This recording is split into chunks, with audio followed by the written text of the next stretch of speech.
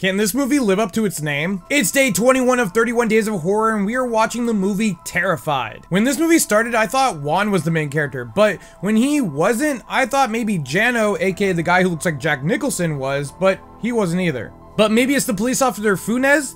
Well, kinda, I guess.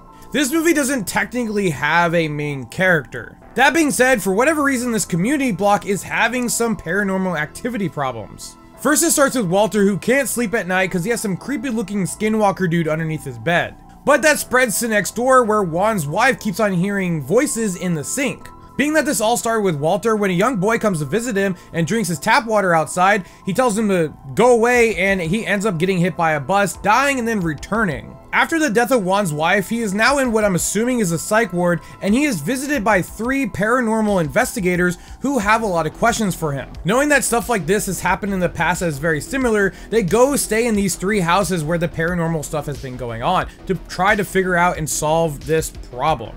The cop Funes is stuck in this mess because the girl he was seeing's kid returned back from the dead, and now he's in the kitchen and he's like in this weird like frozen state. So pretty much in this movie we get a tall creepy dude who likes to be under beds, we get a frozen dead kid like in a kitchen, and we get a ghost, I'm assuming, that likes to move stuff. Also, for whatever reason, they explain how there's like these different dimensions, and apparently it comes from tap water, or it can spread through tap water, but this allows them to come to our world by infecting humans. They don't really explain too much of this stuff, and it kind of left me scratching my head. Like, what is up with the magnetic cabinet sucking up the blood? Why is he so worried about cleaning up the blood off the floor? These paranormal creatures apparently can only operate during the nighttime or when it's dark. Also, the cop is kind of the worst to be in this situation. He has a heart problem, but also he has a hearing aid. I will give him props though for getting the heck out of there instead of like sticking around to figure out what is going on when like the stuff starts to get really crazy. I was confused at the amount of times he did pull his gun though. Like, he keeps on pointing his gun, but he never shoots it. It's like, dude,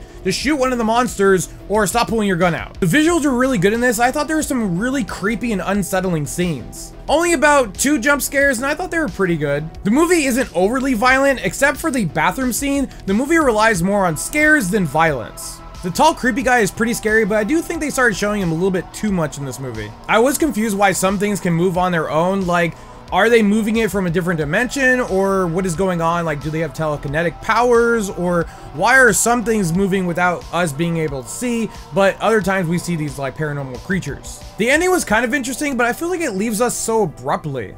In all, I enjoyed this movie, had some creepy scenes, and brought a new take on paranormal stuff. On a scary meter, I give this a 4 out of 10. On a bloody meter, I give this a 4 out of 10. And this is why I give Terrified a 7 out of 10. If you guys like this review, hit that like button. If you guys want to see more, hit that follow button. And as always, thanks for watching.